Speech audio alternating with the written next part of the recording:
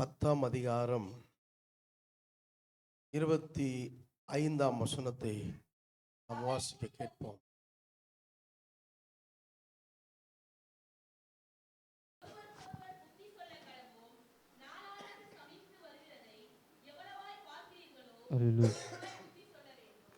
அல்லேலூயா. தேவ நாம மகிமைப்படுவதாக.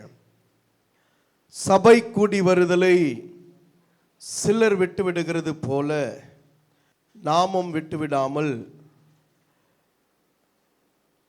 பிறகு ஒருவருக்கொருவர் புத்தி சொல்ல கடவோம். நாளானது சமீபித்து வருகிறது எவ்வளவாய் பார்க்கிறீர்களோ அவ்வளவாய் புத்தி சொல்ல வேண்டும் என்று அப்போஸ்தலனாகிய பவுல் இந்த இடத்திலே அழகாய் நமக்கு எழுதி கொடுத்திருக்கிறார்.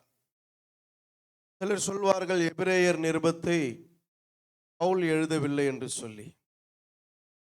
அந்த எபிரேய புத்தகத்தினுடைய முதல் துவங்கி கடைசி அதிகாரம் வரைக்கும் நாம் பார்க்கும்போது மற்ற 13 நிருபங்களை எழுதின அதே ஜாடைதான் இந்த எபிரேய நிருபமும் எழுதப்பட்டது. ஆகவே இதுவும் அப்போஸ்தலனாகிய பவுலின் நிருபம்தான் என்று வேத வல்லுநர்கள் கணித்து இது பவுலின் நிருபமாக கருதுகிறார்கள். ஆகவே பவுல் அப்போஸ்தலன் சொல்லுகிற இந்த வார்த்தை எவ்வளவு அழகாய் சபைக்கென்று சொல்லப்பட்டிருக்கிறது. சபை கூடி வருதலை சிலர் விட்டுவிடுகிறது போல நாமும் விட்டுவிடாமல், சபை கூடி வருதலை சிலர் விட்டுவிடுகிறது போல நாமும் விட்டுவிடாமல் என்று சபை கூடுதலை விசுவாசிகளை குறித்து இந்த இடத்திலே மிக தெளிவாக எழுதப்பட்டிருக்கிறதை நாம் இந்த இடத்தில் அறிந்திருக்கிறோம். சபை என்று சொல்லும் பொழுது 3 பிரிவுகளாக காணப்படுகிறது. இன்றைக்கு இருக்கிற திருச்சபைகள், அன்றைக்கு இயேசு கிறிஸ்துவின் காலத்தில் இருந்ததான ஆலயங்கள், ஒன்று ஜெப ஆலயம், இன்னொன்று தேவாலயம். இதுவும் ஆலயம் என்றுதான் நடைமுறையிலே சொல்லுகிறார்கள். ஆலயத்துக்கு தான் போகிறேன்.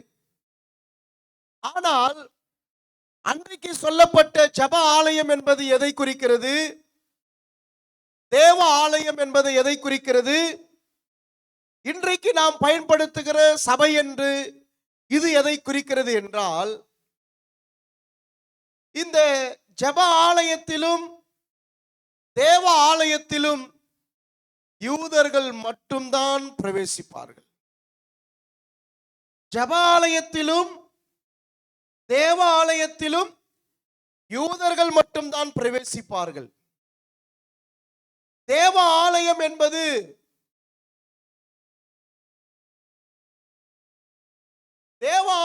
என்பது எருசலேம் மாநகரிலே மிக பிரம்மாண்டமாய் கட்டப்பட்டிருக்கும் ஒன்று. நீங்கள் கவனிக்கணும். கவனிக்கிற மாதிரி எங்கேயோ யோசிச்சுன்னு இருக்கக்கூடாது. கவனிக்கிற மாதிரி என்னையே பார்க்கிற முகம் சில நேரத்தில் அப்படியே கண்ணு உறங்கும். சரியா? தேவாலயம் என்பது எருசலேம் மாநகரத்திலே பிரம்மாண்டமாய் கட்டப்பட்ட ஒன்றாய், அதற்கு தலைமைத்துவம் மகா பரிசுத்த ஆசாரியர்கள் இருப்பார்கள். தேவாலயத்தில் யார் இருப்பாங்க?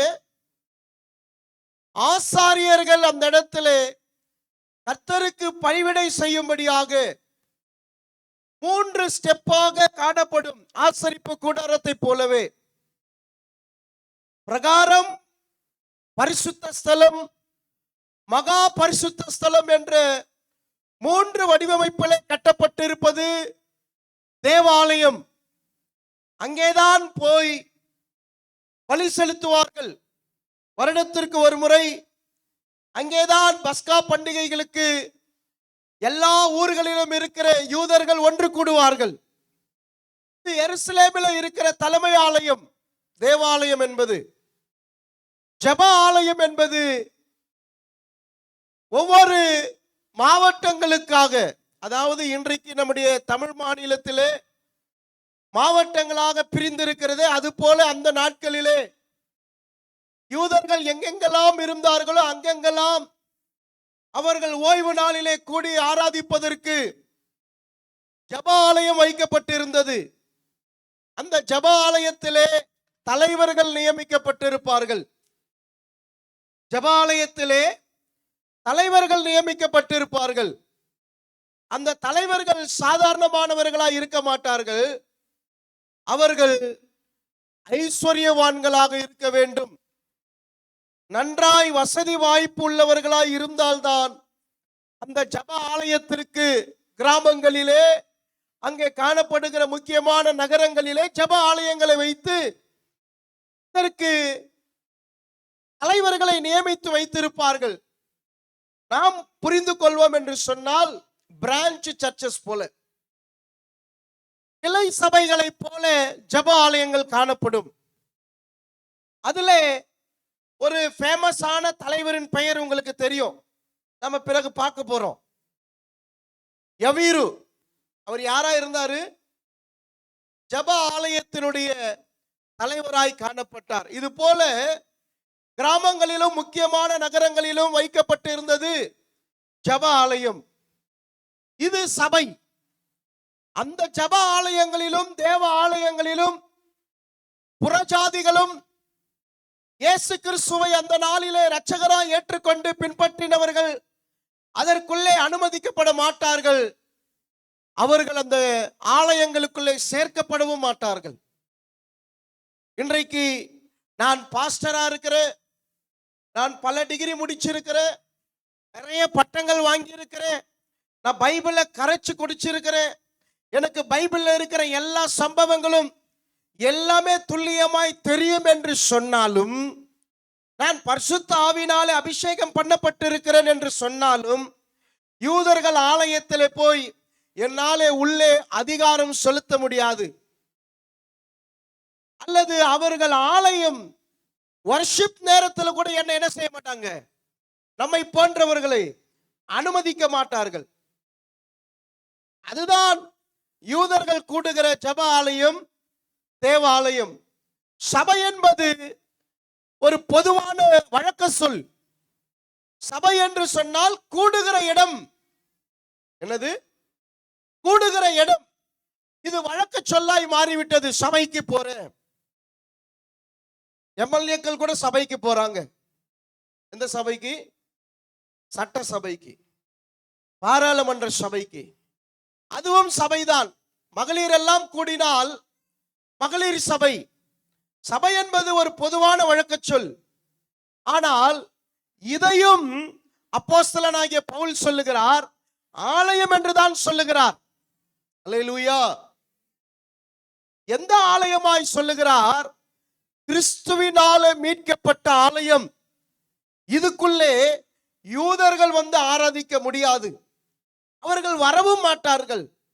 அவர்கள் தனித்துவம் வாய்ந்தவர்கள். இந்த கிறிஸ்துவினால் மீட்கப்பட்ட ஆலயத்திற்குள்ளே வருகிறவர்கள் ரட்சிக்கப்பட்டவர்களாய், மீட்கப்பட்டவர்களாய், இயேசு கிறிஸ்துவை சொந்த இரட்சகராய் ஏற்றுக்கொண்டவர்களாய், கிறிஸ்துவை பின்பற்றுகிற கூட்டமாய் இருக்கிறவர்கள் மட்டும்தான் இம்மாதிரியான ஆவிக்குரிய திருச்சபைகளுக்குள்ளே, சபைகளுக்குள்ளே வர முடியும். அல்லேலூயா. இந்த சபை எப்படி உருவானது? இந்த சபையின் வரலாறை, சர்ச் ஹிஸ்டரி பார்க்கும் பொழுது, தேவனுடைய ஆலயம் எங்களுக்கு வேண்டும், நாங்கள் உயிர்த்தெழுந்த இயேசு கிறிஸ்துவை ஆராதிக்க வேண்டும் என்று சொல்லி இன்றைக்கு சிலுவை போர், சபைக்காக ஒரு பெரிய போராட்டம் நடத்தப்பட்டது. அதிலே ஹெலன் கிறிஸ்டினா, கான்ஸ்டன்டைன் நோபல் என்ற சரித்திரமானவர்கள் அந்த போராட்டத்தில் கலந்து கொண்டு தேவனுடைய ஆலயத்தை நடத்துவதற்கு நமக்கு உரிமைகளை பெற்றுக் கொடுத்தார்கள். அந்த நாளிலிருந்து சபை இன்றைக்கு மிக அழகாக நேர்த்தியாக பரிசுத்த ஆவியானவரால் ஆங்காங்கே தொடங்கப்பட்டு ரட்சிக்கப்படுகிறவர்கள் இந்த சபைக்குள்ளே சேர்த்து கொள்ளப்பட்டிருக்கிறார்கள். அல்லேலூயா. அதிலே ஒருவர்களாய் நீங்களும் நானும் இந்த சபையிலே வந்திருக்கிறோம். அப்படியானால் இந்த சபையானது ஏதோ ஒரு மனிதத்துவத்தினாலே, ஒரு மனிதனுடைய சிந்தையிலே உதித்த ஒரு ஞானோதயத்தினாலே இந்த சபையானது உருவாக்கப்படவில்லை. இது பரிசுத்த ஆவியானவரால் முத்திரிக்கப்பட்டிருக்கிறது. தேவனால் முன் அனுமதிக்கப்பட்டிருக்கிறது. தேவனால் தெரிந்து கொள்ளப்பட்டவர்கள் இந்த சபைக்குள்ளே சேர்க்கப்பட்டு கொண்டிருக்கிறார்கள். அல்லேலூயா. சபைக்குள்ளே வருகிறவர்கள் எல்லாரும் விசுவாசிகளாக முடியுமா? சபைக்குள்ளே வருகிற எல்லா முக்கிய கிரவுடுகள், ஏகப்பட்ட ஜனங்கள் வருகிறார்கள் சபைக்குள்ளே, எல்லாரும் தேவனுக்கு உகந்தவர்களாகிடுவார்களா? இல்லை. ஆண்டவருக்கென்று இந்த இடத்திலே வைராக்கியமாய் நிற்கிறவர்கள் மாத்திரமே இந்த சபையிலே தேவனுடைய வருகையிலே செலக்டடாக எடுத்துக்கொள்ளப்படுவார்கள். உலகத்தில் இருந்து ரட்சிக்கப்பட்டு சபைக்குள்ளே வருவது பெரிதான விஷயம் அல்ல. உலகத்திலிருந்து சபைக்கு வந்துட்டு போகிறது ஒரு பெரிய காரியம் அல்ல. சபைக்குள்ளே இருக்கிறவர்கள் பரலோகத்திற்கு போகிறது தான் மிக முக்கியமான வேலை. சபைக்குள்ளே இருக்கிறவர்கள் ஆண்டவருடைய வருகையிலே பரலோகத்திற்கு எடுத்துக்கொள்ளப்படுகிறார்களே, அவர்கள் தான் பரிசுத்தவான்களாக நீதிமான்களாக கருதப்படுகிறார்கள். இங்கே உட்கார்ந்து இருக்கிறவர்களிலே நான் உங்கள் முகத்தை பார்க்கிறேன், நீங்கள் அனைவரும் என்னுடைய முகத்தை பார்க்கிறீர்கள். ஒருவருக்கொருவர் முகத்தை பார்த்து நாம் கணக்கிட்டு கொள்ள முடியாது நல்லவர்கள், பரிசுத்தவான்கள், ஆண்டவருக்குள்ளே உண்மையா இருக்கிறார்கள் என்று. அவர்களுடைய கிரியைகளினாலே, அவர்களுடைய கனிகளினாலே தேவன் அறிந்திருக்கிறார். நாளானது சமீபித்து வருகிறது. நீங்கள் எவ்வளவாய் பார்க்கிறீர்களோ அவ்வளவாய் புத்தி சொல்ல வேண்டும் என்று அப்போஸ்தலனாகிய பவுல் அன்றைக்கு எழுதி வைத்த அந்த வார்த்தையை இன்றைக்கு நாம் தியானிக்க இருக்கிறோம். ஹல்லேலூயா. அவர் சொல்லுகிற அந்த வார்த்தையை சற்று திரும்ப வாசிக்கும் பொழுது கவனிங்க. சபை கூடி வருதலை சிலர் விட்டு விடுகிறது போல், அதுதான் ரொம்ப முக்கியம். சபை கூடி வருதலை சிலர் விட்டு விடுகிறார்கள். பவுல் என்ன சொல்லுகிறார்? சிலர் சிலர் விட்டு விடுகிறார்கள். நாமோ வாசிங்க. நாமும் விட்டுவிடாமல் விட்டுவிடாமல் ஒருவருக்கொருவர் புத்தி சொல்ல கடவோம். ஒருவருக்கொருவர் புத்தி சொல்ல கடவோம். நல்ல கவனிங்க. சிலர், நாமோ. அந்த சிலர் யார்? நாமோ என்றால் யார்? இதை தான் நாம் பார்க்க போகிறோம். நாம் என்று சொன்னால் இன்றைக்கு இந்த இடத்திலே தேவ ஆலயத்திலே கர்த்தருடைய வார்த்தைக்கு தியானத்திற்கு உட்கார்ந்து கொண்டிருக்கிறீர்களே, நீங்களும் நானும் தான் அந்த நாம். நாமும் என்று சொன்னால் பவுல் இங்கே உட்கார்ந்து இருக்கிறவர்களை பார்த்து சொல்லுகிறார், பரவாயில்லை, இன்றைக்கு வந்திருக்கிறீர்களே, நாமும் விட்டுவிடாமல். என்ன சொல்றாரு? நாமும் விட்டுவிடாமல். சிலர் என்று சொல்லப்படுகிறவர்கள் யார்? சபைக்குள்ளே வருகிறார்கள். இந்த சிலரும் ஞானஸ்நானம் எடுத்திருக்கிறார்கள். அந்த சிலருடைய வீட்டிலையும் ஜெபம் நடக்கும், வேதம் வாசிக்கப்படும். அவர்களும் தேவனுக்குள்ளே சபைக்குள்ளே வருகிறவர்களாய் இருப்பார்கள்.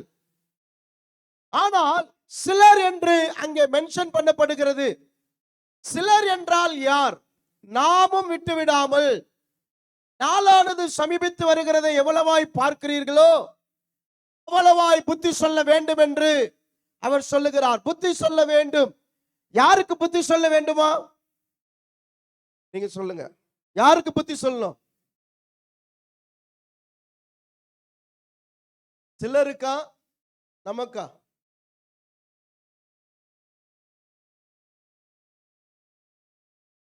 நாளானது சமீபித்து வருகிறதை எவ்வளவாய் பார்க்கிறீர்களோ அவ்வளவாய் புத்தி சொல்ல வேண்டும். யாருக்கு புத்தி சொல்லணும்ன்றாரு? வராத சிலருக்கா, வந்த நமக்கா? எனக்கு எதுவுமே சரியா தெரியல, கிளியரா வரல. வராத சிலருக்குன்னு சொல்றவங்க மட்டும் கை தூக்கு பார்க்கலாம். வராத அந்த சிலருக்கு தான் புத்தி சொல்ல சொல்றாரு இல்லையா? இன்னொரு தரப்பினர் நமக்கு தான் புத்தி சொல்ல வேண்டும் என்று சொல்லுகிறவர்கள் கை தூக்குங்க. 1 2 3. அந்த 3 பேருக்கு மட்டும் தான் கிளாப் பண்ணணும். நீங்க நல்லா கையை தட்டுங்க. 3 பேர் மாத்திரம்தான். 3 பேர் கையை கரெக்டா கை தூக்குனாங்க பாருங்க. 3 என்றாலும் ஒரு மனம் தான். 2 அல்லது 3 எங்க இருக்குதோ அப்போ இந்த சர்ச்சில் 3 பேர் ஒரு மனமா இருக்கிறாங்க. அல்லேலூயா. அந்த சிலருக்கு பத்தி சொல்ல அவசியம் கிடையாது. நல்லா கவனிங்க. அதுல என்ன சொல்றாரு? நாமும் விட்டு விடாமல் ஒருத்தருக்கு ஒருத்தர் புத்தி சொல்லன்றாரு. வராதவங்களுக்கு போய் சொல்றேன்றாரு. வந்தவங்க நீங்களும் அந்த சிலரை போல இருக்காதீங்க. இங்க வந்திருக்கிறீங்களே, நீங்களும் அந்த வராத சிலரை போல என்ன செய்யாதீங்க, இருக்காதீங்க, புத்தி சொல்லுன்றாரு. அல்லேலூயா. அந்த சிலர் சபைக்குள்ள எப்படிப்பட்டவர்களா இருக்கிறார்கள்? ஏன் சபைக்கு சரியாய் வரமாட்டேன்றாங்க? யார் அந்த சிலர்? ஒரு சிலரை குறித்து நாம் பார்க்க போகிறோம். வாசிக்கலாம். 1 கொரிந்தியர் 15ஆம் அதிகாரம் 34ஆம் வசனத்திலே 1 கொரிந்தியர் 15:34. நீங்கள் பாவம் செய்யாமல் நீதிக்கேற்க விழித்துக் கொண்டு தெளிந்தவர்களாய் இருங்கள். சிலர் தேவனை பற்றி, யாரு சிலர் தேவனை சிலர் தேவனை பற்றி என்ன இல்லாத இருக்கிறாங்களா? இல்லாதிருக்கிறார்களே, அவங்க தான் சரியா சபைக்கு வர மாட்டாங்க. யார் சபைக்கு வர மாட்டா? தேவனை குறித்து சரியாய் அறிவில்லாதவர்கள், தேவனை குறித்து சரியாய் அறியாதவர்கள், இவர்கள்தான் ஒழுங்காக ஆலயத்திற்கு வர மாட்டாங்க. 4 வாரம் மாதத்திலே 5 வாரம் வந்தால் 2 வாரம் அல்லது 3 வாரம் சபைக்கு போகிறது அவர்களுக்கு ஒரு பெரிய திருப்திகரமா இருக்கும். 2 வாரம் இருக்க மாட்டாங்க. ஏன்னா அவங்களுக்கு தேவனை பற்றிய அறிவு அவ்வளவுதான். ஆகவேதான் கொரிந்து சபைக்கு சொல்லும் பொழுது பவுல் சொல்லுகிறார், தேவனை பற்றி அறிவில்லாதிருக்கிறார்கள். நம்முடைய ஆண்டவர் யார்? அவர் ஏன் நம்மை ரட்சித்தார்? ஏன் நாம் ஞாயிற்றுக்கிழமை தோறும் தேவனுடைய ஆலயத்தில் உட்கார வேண்டும்? ஏன் சபைக்கு போகாமல் இருக்கக்கூடாது? இந்த அறிவெல்லாம் அவர்களுக்கு இருந்தால் அவர்கள் ஒரு வாரம் கூட தேவனுடைய ஆலயத்துக்கு என்ன செய்ய மாட்டாங்க, வராமல் இருக்க மாட்டார்கள். அல்லேலூயா. அவர்களுக்குள்ள ஒரு வைராக்கியம் இருக்கும், அவர்களுக்குள்ள ஒரு வாஞ்சை இருக்கும். உலகத்தின் காரியங்களை வெறுத்து தேவனுக்காக நான் முதலில் நிற்க வேண்டும் என்ற அந்த எண்ணம் அவர்களுக்குள்ள இருக்க வேண்டும். இலட்சிய போக்கானவர்கள், அசட்டை பண்ணப்படுகிறவர்கள், ஏனோதானோ என்று இருக்கிறவர்கள் சபைக்குள் என்ன செய்ய முடியாது, அவர்களாலே நீண்ட நேரம் உட்கார முடியாது. தேவனை சரியாய் அறியாதவர்கள் தான் அந்த சிலராய் காணப்படுகிறார்கள். இப்போ இங்க இருக்கிறவர்களை பார்த்து கர்த்தர் சொல்லுகிறார், நீங்கள் புத்தி சொல்லுங்கள். அவர்களை போல இங்கே உட்கார்ந்து இருக்கிற நீங்கள் என்ன செய்யாதீங்க, இருக்காதீங்க. சிலர் திருவிருந்திற்கு மாத்திரம்தான் வருகிறவர்களாய் இருப்பார்கள். சிலர் திருவிருந்துக்கு மட்டும்தான் தேவனுக்கு பயப்படுகிறவர்களாய் இருப்பார்கள். அதை வாங்குகிற அந்த நேரத்தில் மட்டும்தான் ஒரு பயம் அவர்களுக்குள்ளே, குற்ற உணர்ச்சி. மற்ற 7-6 நாட்களும் அவர்களுக்கு தேவனை குறித்ததான பயம் இல்லை. அவர்கள் வீட்டிலே ஆண்டவருக்காக சாட்சியாய் வாழ வேண்டும், நாம் ஒரு தேவ பிள்ளை, நாம் ரட்சிக்கப்பட்ட கிறிஸ்தவர்கள், நாம் மற்றவர்களைப் போல பேர் கிறிஸ்தவர்களா இல்லாமல் ஒரு ஆவிக்குரிய கிறிஸ்தவர்களா இருக்க வேண்டும் என்ற அந்த எண்ணம் அவர்களுக்குள்ளே இராமல் இருக்கிறது. அல்லேலூயா சொல்லுங்க பார்க்கலாம். அல்லேலூயா. ஏன் அவர்களும் சபைக்கு ஒழுங்கா வர மாட்டாங்க, வருகிறவர்களையும் சரியா வரவிட மாட்டாங்க. அது யாருன்னு சொன்னா பிசாசுனுடைய ஆளு. சபையிலே வேவு பார்க்க, சபையில இருக்கிற ஆத்துமாக்களுக்குள்ள அவனுடைய ஒரு சொல் விஷவிதையாய் வந்து உட்காரணும்னு பிசாசு விரும்பிட்டு இருக்கிறான். ஆவியானவர் விடவே மாட்டார். இந்த கண் சைகை காட்டுகிறவர்கள், வாய்ஜாலம் பேசுகிறவர்கள், பின்னாடி போய் பின்னடிக்கிறவர்கள், சபையை கெடுக்க வேண்டும் என்று நினைக்கிறவர்கள், சபையின் ஆராதனையை அவமதிக்க வேண்டும் என்று நினைக்கிறவர்கள், சபையின் ஊழியக்காரரை மதிப்பில்லாமல் நடத்த வேண்டும் என்று நினைக்கிறவர்கள், சபையின் போதகரை எப்படியாகிலும் அவமானப்படுத்த வேண்டும் என்று நினைக்கிறவர்கள் ஒரு நாளும் அவர்களுடைய வாழ்க்கையிலே ஆசீர்வாதத்தையும் பெற முடியாது, பெற்ற ஆசீர்வாதத்திலும் நிலைத்திருக்க முடியாது. அப்படிப்பட்டவர்கள் இந்த பூமியிலும் நியாயம் தீர்க்கப்படுவார்கள்.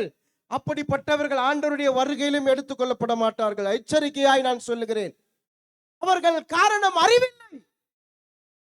சபையை குறித்து, ரட்சிப்பை குறித்து அறிவில்லை. சபைக்கு வந்துட்டு போனா எல்லாமே நடந்துரும் நினைக்கிறாங்க. இல்ல, சபைக்கு வந்து இங்க இருக்கிற அந்த கிரியை, நீ கொடுக்கிற கனி கொடுக்கிற வாழ்க்கை, இதைதான் தேவன் எதிர்பார்க்கிறார். அல்லேலூயா. எல்லாருமே ரட்சிக்கப்பட்டுருவாங்களா? ரட்சிக்கப்பட்டவர்கள் அநேகர், இதுல எல்லாரும் ஓடி வந்துட்டாங்க. ஆனால் தெரிந்து கொள்ளப்பட்டவர்கள் சிலர் மாத்திரமே. ஒரு அல்லேலூயா சொல்லுங்க பார்க்கலாம். யார் அந்த சிலர்? தெரிந்து கொள்ளப்பட்டவர்கள் இந்த சபையிலே சிலர் மாத்திரம்தான். அவர்கள் மாத்திரம்தான் தேவனோடு கூட அவருடைய மனவாட்டி சபையாய் செல்ல முடியும். அல்லேலூயா.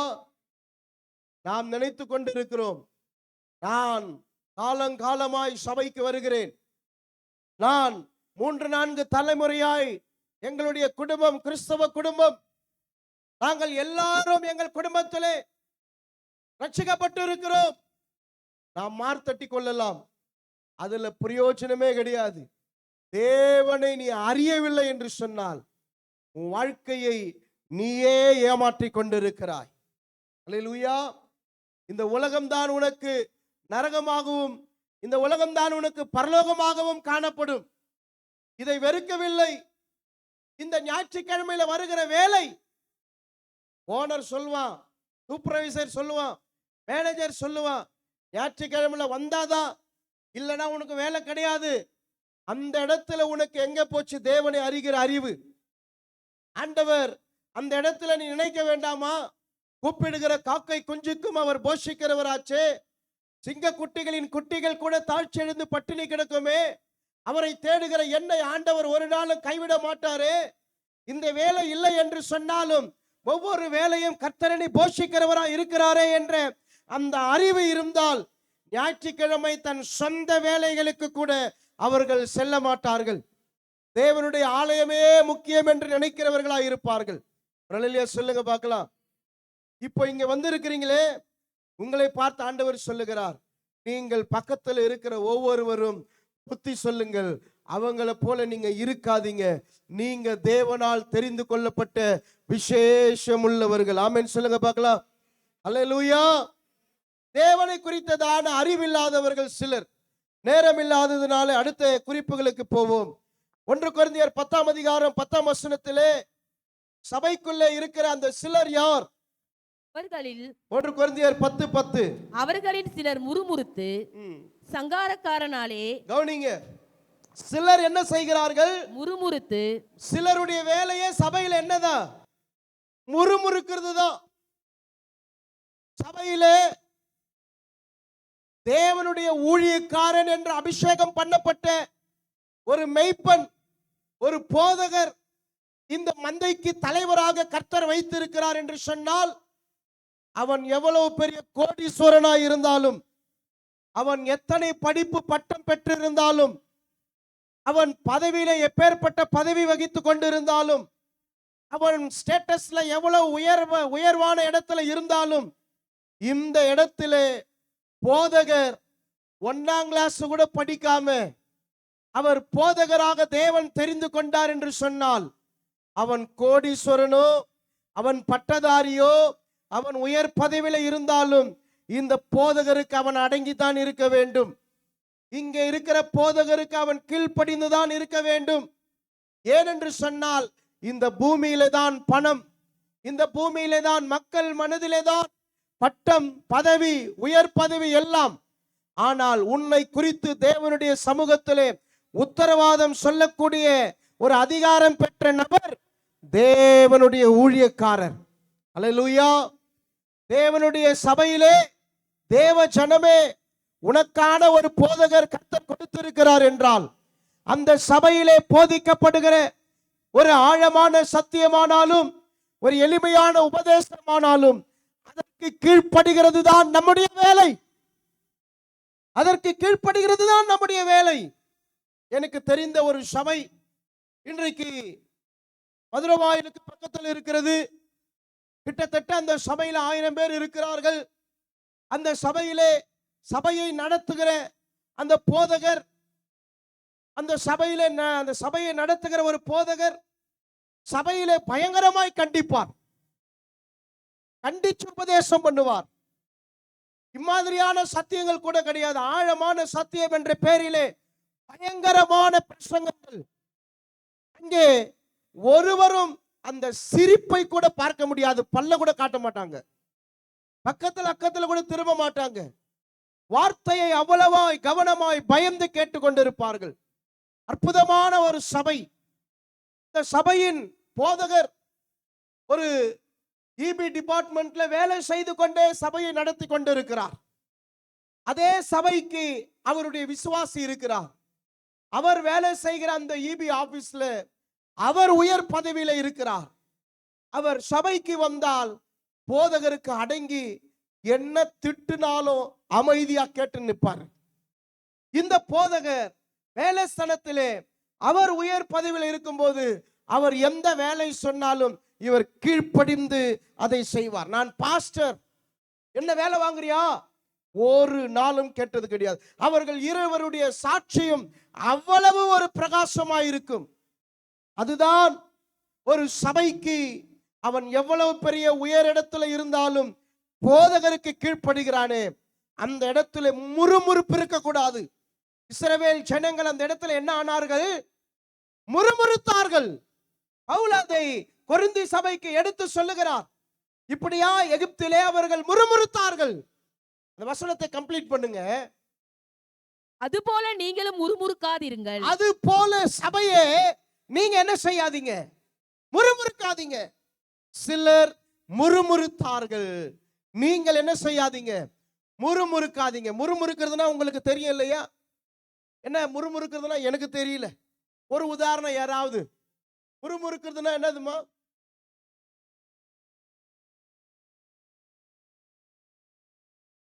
முறுக்கு சாப்பு நல்லா போட்டு மெல்றது, அப்படிதானே? அத சிம்பாலிக்கா சொல்றாரு. அவர் பயங்கரமான டைரக்டர். சொல்லுங்க, முறுமுறுக்கிறதுனா என்னது? உண்மைதான், முறுக்கு சாப்பிடுறது தான். போட்டு என்ன பண்ணுவாங்க? முறுமுறுத்துக்கினே இருப்பாங்க. எது ஒண்ணு சொன்னாலும் சொல்ல வந்துட்டார் இவரு. ஆமாடா, இது நம்மளுக்கு தெரியாது, இதேதான் போக சொல்லுவார் இவரு. இது நினைக்காம பக்கத்துல இருக்கிறதுக்கும் அது ஊசி போட்டுன்னு இருக்கும். அது பக்கத்துல இருக்கிறதுக்கும் அது என்ன செய்யும்? அந்த கூர்மையான ஊசியை வைத்து குத்தி குத்தி குத்தி குத்தி இதனுடைய விஷத்தை அதுக்கு இறக்கி அதையும் என்ன செய்யும்? சபையில அது கொஞ்சம் நல்ல குவாலிஃபை ஆகி வந்துன்னு இருக்கும், அது டிஸ்குவாலிஃபைட் ஆக்கிடும். அதையும் நாசமாக்கி கெடுத்து வைக்கும் சபையில. இன்னைக்கு நிறைய சபை குட்டி சவரா போறதுக்கு காரணம் யாருதானா, அந்த நாட்களில எகிப்துல இருந்த இஸ்ரவேலர்களை போல இன்றைக்கு சபைக்குள்ள நிறைய பேர் வந்துட்டாங்கன்னு சொல்றதை விட தேவனுக்கு பயந்திருந்தாங்கன்னா அப்படி ஆக மாட்டாங்க. அவங்க பரிசுத்த ஆவியினால நடத்தப்பட்டார்கள் என்றால் அப்படி இருக்க மாட்டாங்க. அவர்கள் சாத்தானுக்கு தன்னை வித்து விட்டதுனாலே அவன் என்னென்னலாம் நமக்குள்ள கெட்ட காரியங்கள், தீய எண்ணங்களை வைக்கிறானோ அதையெல்லாம் அப்படியே சபையில பிரதிபலிக்கிறது தான் சாத்தானுடைய கோஷ்டியினுடைய வேலை. முறுமுறுக்கிறது. என்ன சொல்றாரு? சிலர் முறுமுறுக்கிறார்கள், முறுமுறுத்தார்கள். நீங்கள் என்ன செய்யாதீங்க? முறுமுறுக்காதீங்க. ஒரு அல்லேலூயா சொல்லுங்க பார்க்கலாம். அல்லேலூயா. முறுமுறுத்தார்கள். 9ஆம் வசனத்துல என்ன சொல்றாரு? மூணாவது உங்களில் சிலர் அஹ், கிறிஸ்துவை பரீட்சை பார்த்து யார பரீட்சை பார்க்கறாங்களா? மெய்ப்பரை தான், பாஸ்டரை தான் கரிச்சு கொட்டிக்கிறாங்கன்னு பார்த்தா கிறிஸ்துவையே பரீட்சை பார்க்கிற இருக்கிற ஆட்கள்லாம் சபைக்குள்ள இருக்கிறாங்க. அந்த நாட்கள்ல பவுல் சொல்றாரு, அவர்களில் சிலர் கிறிஸ்துவையே பரீட்சை பார்த்தார்கள். சாதாரண ஆளா அவங்கெல்லாம் நம்மளை விட பயங்கரமான ஆட்களா இருப்பாங்க. நீங்க சொல்றீங்க அவங்கள விட நாங்க பயங்கரமான ஆட்கள். அல்லேலூயா. இப்போ அப்படியே சிரிப்பெல்லாம் அடைக்குவீங்களா? ஏன்னா இப்போ நீங்க என்ன, நாங்கெல்லாம் அந்த மாதிரிலாம் கிடையாது. என்ன சொல்றாரு? பரீட்சை பார்க்கிறவர்கள். பரீட்சை பார்க்கிறதுனா என்னது? சோதிக்கிறது. ஆண்டவரையே சோதிக்க ஆரம்பிச்சிருக்கிறாங்க.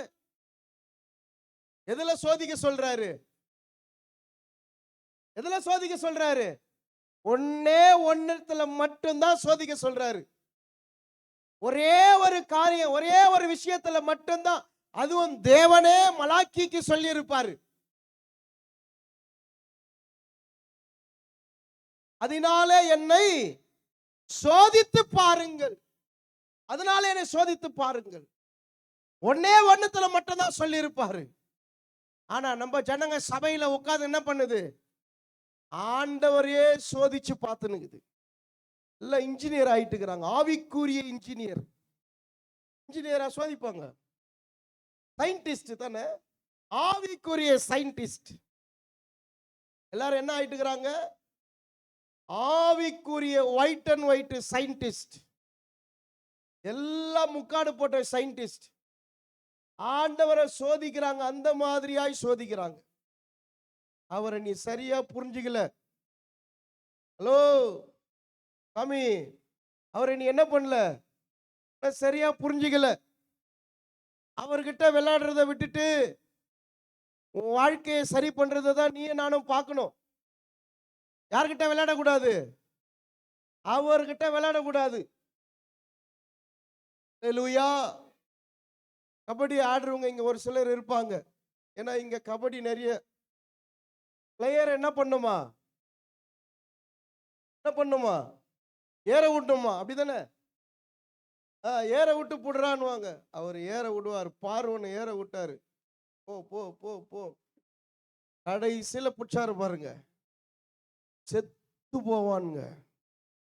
அலைச்சன் பிள்ளைகள் எல்லாம் செத்து போனாங்க. அல்லேலூயா. ஆண்டவர்கிட்ட மட்டும் நம்ம என்ன செஞ்சிடக்கூடாது? அவர்கிட்ட பயந்து தான் இருக்கணும். அந்த நாட்களில் இருந்த முற்பிதாக்களை நாம் அப்படியே திரும்பி பார்க்கும்போது, மோசையாகட்டும், ஆபிரகாம் ஆகட்டும், ஈசாக்காகட்டும், யாக்கோபாகட்டும், நோவா, தேவனுடைய சத்தம் கேட்ட உடனே அவர்கள் முகம் குப்புற விழுவார்கள்.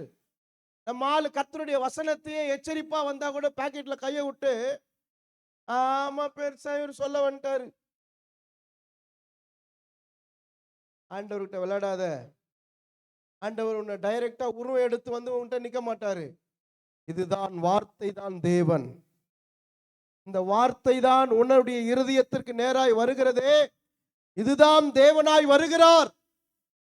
இந்த வார்த்தையாகிய தேவனை நீ அசட்டை செய்வாயானால் அவர்களுடைய வாழ்க்கையில வருகிற பலனை அவர்களால் தாங்கவே முடியாது. அல்லேலூயா. என்னை அசட்டை பண்ணுகிறவர்களை நான் அசட்டை பண்ணுவேன். நாம சாதாரணமா நமக்கு இருக்கிற முன்னிருக்கிற மூளையை வச்சுக்கின்னு என்னென்னலாம் பண்றோம். இன்னும் கிரகிக்க முடியாத காரியங்கள், கண்டுபிடிக்க முடியாத, வியந்து பார்க்கக்கூடிய காரியங்கள் பூமியிலே கர்த்தர் வைத்திருக்கிறார். அல்லேலூயா. அந்த தேவனை ஆராதனைக்கு வராமல் அசட்டை பண்ணுகிற மக்கள் கூட்டம் நிறைய இருக்கிறது. அல்லேலூயா. என்னென்ன சிலர், எத்தனை சிலரை பார்த்த நம்ம? சிலர் யாரு? தேவனை அறிகிற அறிவில்லாதவர்கள் முதல் சிலர். அல்லேலூயா. நீங்களாம் அறிவாளின்னு நினைச்சேன். ஏன் நிறைய அறிவில்லாதவங்க உட்காந்துக்கிறாங்க. தலைப்பு சொல்றேன் நான். தேவனுடைய ஆலயத்தை விட்டு விடாதீங்கன்னு. சிலர், முதல் சிலர் யாரு? இரண்டாவது சிலர் யாரு? முறுமுறுக்கிறவர்கள். மூன்றாவது சிலர் யாரு? பரீட்சை பார்த்தவர்கள். நான்காவது சிலர், ஆமா, நான் ஒன்னும் சொல்லவே இல்லையா?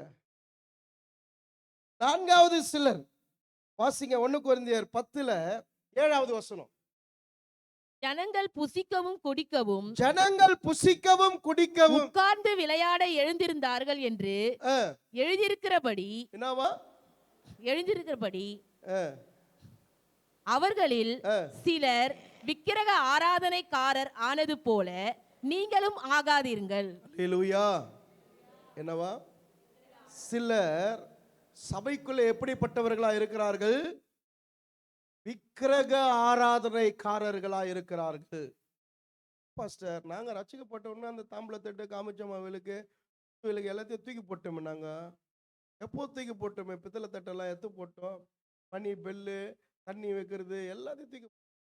நாங்க எங்க விக்கிரக ஆராதனை? அதை சொல்லல. சிலை வழிபாடுதான் விக்கிரக ஆராதனை அல்ல. பொருளாசை என்கிற விக்கிரக ஆராதனை. சபைக்கு வருகிற சிலருக்குள்ள என்ன இருக்கிறது? சிலர். அதனால தானே ஞாயிற்றுக்கிழமை ஆராதனைக்கு வராம வேலைக்கு ஓடுது. சம்பாதிக்கணும். ஞாயிற்றுக்கிழமை வந்தா டபுள் ஓட்டி. அல்லேலூயா. ஞாயிற்றுக்கிழமை வந்தா டபுள் ஓட்டி, இல்லைன்னா உனக்கு இல்லை டியூட்டி. அவ்வளவுதான். சபையை விட்டு, வேலையை விட்டு போ, வேற வேலைக்கு போ. சரி, பாஸ்டர் கிட்ட சொல்லிட்டான், விடு. ஆண்டவருக்கு தெரியும் நம்ம சூழ்நிலை, ஆண்டவருக்கு தெரியும் நம்ம நிலைமை. அப்படியே பரதாபமா வச்சுக்கின்னு உன் நடிப்பெல்லாம் அவருக்கு தெரியும். அல்லேலூயா. சொல்லுங்க. அவருக்கு தெரியும், எல்லா நடிப்பும் அவருக்கு தெரியும், யார் எப்படிப்பட்டவங்கன்னு. அவர் என்ன சொல்றாரு? சபைக்குள்ள எப்படிப்பட்டவர்கள் இருக்கிறாங்களா? விக்கிரக ஆராதனைக்காரர்கள். எங்க வீட்டுல ஆராதனை இல்லைன்னு சொல்ற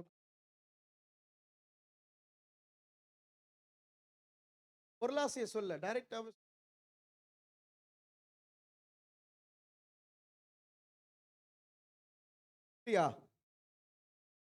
வீட்டுல போய் பாருங்க.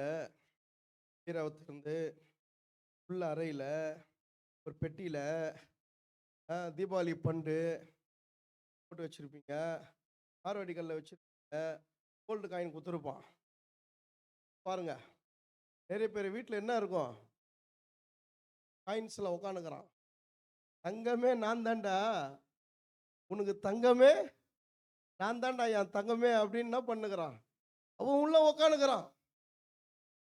ஆனா நிறைய பேர் நம்ம ஆளுங்க உள்ள வச்சுக்கிட்டு என்ன பண்றோம்? வீட்லயும் இருந்துச்சு. ஒரு முறை எடுத்து பார்த்தா எல்லாத்தையும் தூக்கி போட்டு என்ன வாங்கியாச்சு, மாத்தியாச்சு. ஒரு சின்ன விஷயத்துல கூட என் சர்ச்சு, என் வீட்டு உள்ள நாங்க என்ன செய்ய மாட்டோம்? அலோவ் பண்ண மாட்டோம். எந்த ஒரு காரியமா இருந்தாலும் பேக்ல வருது இருந்தா கூட தூக்கி வெளியே போட்டு தான் உள்ள எடுத்துன்னு வரணும். அல்லேலூயா. நான் சின்னதுல ஸ்கூல் எங்க அப்பா என்னை சேர்க்கும் போது 8ஆவதுல வந்து பணம் கட்டிட்டு புக்கு வாங்குறாரு. அவர் தான் அதுல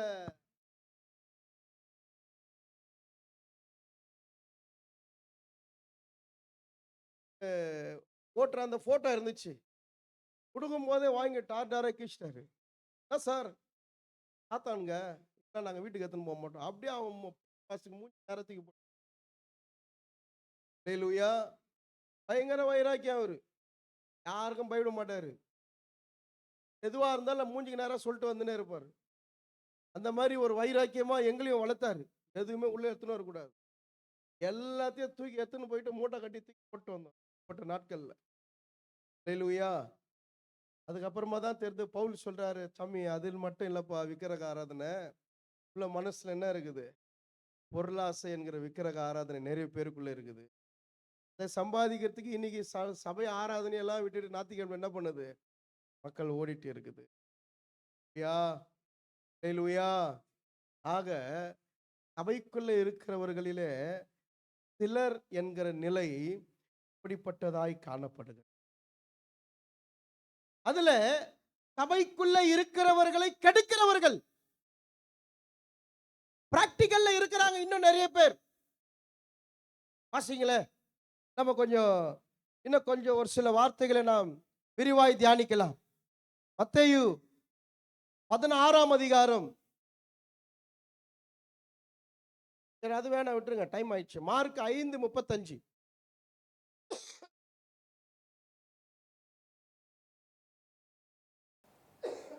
அவர் இப்படி பேசிக் கொண்டிருக்கையில் படிமா, மார்க் 5:35. ஜெப ஆலய தலைவனுடைய வீட்டிலிருந்து சிலர் வந்து, படத்துல எல்லாம் வாய்ஸ் அப்படிதான் வரும்,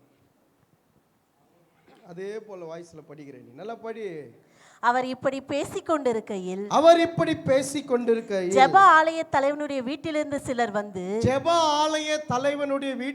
சிலர் வந்து உம்முடைய குமாரத்தி மரித்து போனால், முன்னாடிக்கிற வசனத்தை படிக்கலாமா? ஒரு 3 வசனத்துக்கு முன்னாடி. அவருடைய சீஷர்கள் அவரை நோக்கி, திரளான ஜனங்கள் உம்மை நெருக்கிக் கொண்டிருக்கிறது நீர் கண்டு. அதுக்கு முன்னாடி உடனே இயேசு தம்மிலிருந்து, அதுக்கு முன்னாடி உனக்கு பாயிண்ட பிடிக்க தெரியலையே. நான் என்ன பாயிண்ட் சொல்றேன், நீ என்ன பாயிண்ட் பிடிக்க தெரியல உனக்கு. எவீரு வந்து மீட் பண்றாரு, அந்த பாயிண்ட பிடி. அப்பொழுது ஜெப ஆலய தலைவரில் ஒருவனாகிய யவீரு என்பவன் வந்து, பாயிண்ட். அப்பொழுது ஜெப ஆலய தலைவரில் ஒருவனாகிய யவீரு என்பவன் வந்து அவரை கண்டவுடனே அவர் பாதத்திலே விழுந்து என் குமாரத்தி மரண அவஸ்தைப்படுகிறாள், அவள் ஆரோக்கியம் அடையும் படிக்கு நீர் வந்து அவள் மேல் உமது கைகளை வையும், அப்பொழுது பிழைப்பாள் என்று அவரை மிகவும் வேண்டிக் கொண்டான். அவனுடைய கூட போனார். திரளான ஜனங்கள் அவருக்கு பின் சென்று அவரை நெருக்கினார்கள். இப்ப கவனிங்க, ஜெப ஆலய தலைவனுடைய தம்பி சிரிச்சுனே இருக்கிற வசந்த கவுனி, ஜெப ஆலய தலைவனுடைய மகள் அவளுடைய வாழ்க்கையில மரண அவஸ்தைக்குள்ள இருக்கிறாள்.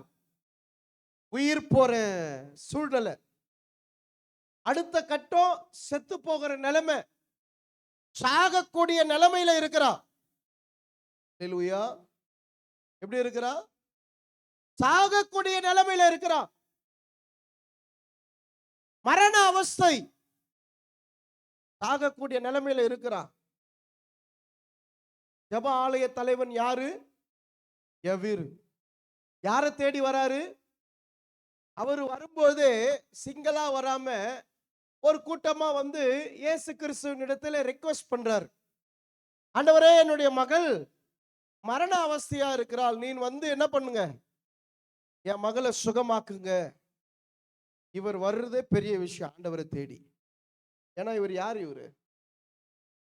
இவரு யூதர்கள் இயேசுவுக்கு அந்த நாட்களிலே எதிர்ப்பா இருந்தவர்கள். இயேசுவை யூதர்கள் அந்த நாட்களிலே ஏற்றுக்கொள்ளவில்லை. குறிப்பாக இவர் ஒரு பிரான்ச் சர்ச்சையுடைய லீடர், இவர் ஒரு ஜெப ஆலய தலைவன். இந்த யவீரு யூதனா இருக்கையிலே இயேசுவை தேடி வருது பெரிய விஷயம். இந்த இயேசு கிறிஸ்துவை தேடி வந்து தன்னுடைய மகளுக்கு ஒரு உயிர் பிச்சை வேண்டும் என்பதற்காக இயேசுவை தேடி வருகிறார். தேடி வந்து அவர் பாட்டு சொல்லிட்டு இருக்கிறார் அவருடைய ஆதங்கத்தை. இயேசுவே, மகள் மரண அவஸ்தையா இருக்கிறாள், நீங்க வாங்க, உடனே வந்து சுகமாக்குங்க. இப்படி பேசிட்டே இருக்கும் பொழுது ஆண்டவர் அந்த ஜெப ஆலய தலைவனோடு கூட அவருடைய வீட்டிற்கு, அவரும் அவரை சுற்றி இருந்த திரள் கூட்டமும் அவருடைய சிஷ்யர்களும் அந்த யவீருடைய வீட்டிற்கு போக ஆயத்தமா இருக்கிற வேளையிலே அங்கே ஒரு சம்பவம் நடக்குது. 12 வருடமாய் பெரும்பாடுள்ள ஒரு ஸ்திரீ, அவளுடைய வாழ்க்கையில எங்கே போயும் அவளுடைய வாழ்க்கையில என்ன இல்லை, சுகம் கிடையாது.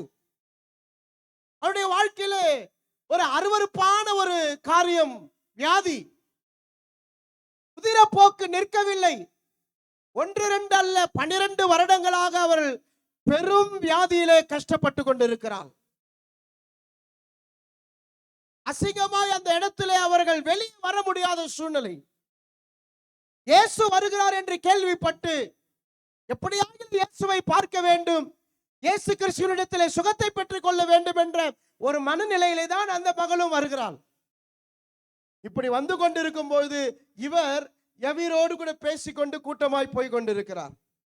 அவளும் சரியாய் அந்த இடத்திலே அந்த கூட்டத்தில் அவரை சந்திக்க முடியாமல், அவரிடத்துல பேச முடியாமல், தன்னுடைய சுகத்திற்காக வேண்டிக் கொள்ள முடியாமல், ஒருவேளை தவறி கீழே விழுந்திருக்கலாம். கூட்டத்தில் யாரும் என்ன செய்ய முடியாது, பாம்பு போல நெளிஞ்சுக்கின்னு வர்றதுக்கு வாய்ப்பு கிடையாது. அந்த இடத்துல விழுந்த உடனே அல்லது அங்கே தரையிலே படுத்த வண்ணமாகவே எப்படியோ, ஆனால் அந்த இடத்தில் அவருடைய வஸ்திரத்தை மட்டும் தொடுவதற்கு அவளுடைய எண்ணங்கள் நாம் அந்த இடத்துல எப்படி புரிந்து கொள்ளுகிறோம்? வஸ்திரத்தை பிடிச்சி இழுத்தா ஏசாமி என்ன பண்ணுவாரு, திரும்பி பாப்பாரு அப்படின்ற ஒரு மனநிலையில கூட என்ன செஞ்சிருக்கலாம், வஸ்திரத்தை பிடிச்சிருக்கலாம். ஆனா நடந்தது என்ன, வஸ்திரத்தை தொட்டவுடனே இவளுக்கு சுகம் வந்துடுச்சு. அல்லேலூயா. எதுக்காக வஸ்திரத்தை பிடிச்சான்னு தெரியல, வஸ்திரத்தை தொட்ட உடனே என்ன ஆயிடுச்சங்க, இவன் சுகம் பெற்று கொண்டா. இப்போ அவர் கூட்டத்தை போயிட்டு இருக்கிற கூட்டத்தை நிப்பாட்டிட்டு என்கிட்ட இந்த ஒரு வல்லமை போச்சுன்றாரு. என்கிட்ட ஒரு வல்லமை போச்சு, என்கிட்ட ஒரு வல்லமை வெளியே வந்தது பானாரு. என்னை யார் தொட்டதுன்னு கேட்கிறாரு. எல்லாவற்றையும் அறிந்திருக்கிறவர் அவருக்கு தெரியாதா அவரை தொட்ட ஒரு பெண் சுகம் பெற்றிருக்கிறாள் என்று? இவர் அதை சாதாரணமா எடுத்துக்கொள்ளாமல் போய்விட்டார் என்று சொன்னால் இன்றைக்கு அந்த சாட்சி உனக்கும் எனக்கும் ஒரு ஆவிக்குரிய விசுவாசத்தில் ஒரு பெரிய உயிர்மீச்சா இருந்திருக்காது. அல்லேலூயா. அவர் நின்று கேட்கிறார், யார் என்னை தொட்டது? அப்பதான் இவளும் சுகம் பெற்றாள் என்று அங்க இருக்கிற ஜனங்களும் அறிந்து கொள்ள முடியும். இன்றைக்கு நீங்களும் நானும் அந்த பிரசங்கத்தில் தியானிக்க முடியும். தான் ஆண்டவர் கேட்கிறார், இவள் மறுப்பு சொல்லாமல் நான் தான் ஆண்டவரே, அவ சொன்னதுனால தானே எழுதப்பட்டிருக்குது, அவளுக்கு இந்த வியாதி 12 வருஷம் போயிட்டு இருக்கும் போது வந்து தொட்டா. ஹலோ, கவனிக்கிறீங்களா? தொட்ட மாத்திரத்துல சுகம். இப்ப யவீருக்கு எப்படி இருக்கும் யோசித்து பாருங்க. பொண்ணு மரண அவஸ்தையில இருக்கிறா, சாகர நிலையில இழுத்துன்னு இருக்குது. சாகர வயசா இருந்தா கூட விட்டுடலாம். 12 வயசு தான், 12 வயசு பொண்ணு சாக கிடக்குது. இங்க 12 வருஷமா நடக்க முடியாதோ எழுந்து நடக்கிறா. 12 வருஷமா வியாதியில இருக்கிறவ என்ன பண்றா, சுகம் பெற்றுக்கொள்ளுகிறா. அங்க 12 வயசு என்னவா இருக்குது, மரண படுக்கையில் இருக்குது. யவீருக்கு எப்படி இருக்கும் மனசெல்லாம், ஆண்டவரே யார் தொட்டா வாப்பா ஃபர்ஸ்ட், நீங்கள நானும் இருந்தா எப்படி இருந்திருப்போம். அப்படியே மனசெல்லாம் பதப்பா, ஐயோ என்ன ஆச்சுன்னு தெரியலையே ஆண்டவரே, ஒண்ணுமே சொல்ல முடியல. அவர் வேற, எல்லா கூட்டமும் அவருக்காக நிக்குது. ஆண்டவரே ஆண்டவரே ஆண்டவரே அப்படின்னு சொல்லி அவன் மனசெல்லாம் ஒரு பக்கம் திக்கு திக்கு திக்கு திக்கு திக்கு நிக்குன்னு இருக்கும், சொல்ல முடியல. அவர் வராரு, கூப்பிட்ட உடனே வராரு, வந்துட்டே இருக்கிறாரு. வரும்போது ஒரு சம்பவம், யார் தொட்டா என்ன, தொட்டது யாருன்னு வேற கேட்டுனுக்கிறாரு. சொன்னவனி இவ வேற பின்னாடி சுத்தின்னு வந்து நான் தான் தொட்டன்ட்டு அங்க வேற சாட்சி சொல்லின்னு இருக்கிறா. சொல்லினே இருக்கும்போது இன்னொரு கூட்டம் வருது. அதான் ஒரு சிலர். அது வாசிங்க. அந்த சிலர் யாரு,